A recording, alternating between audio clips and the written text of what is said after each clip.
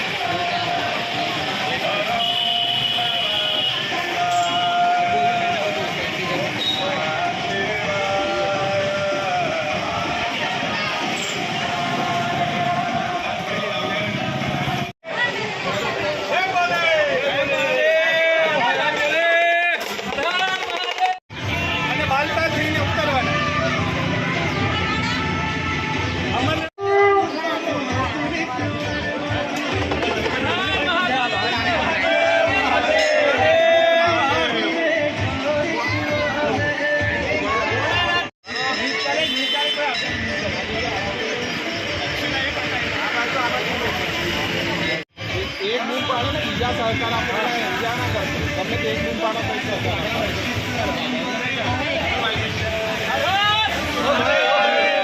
જય બાબા બરફાની વંદે માતરમ ભારત માતા કી જય હર મહાદેવ।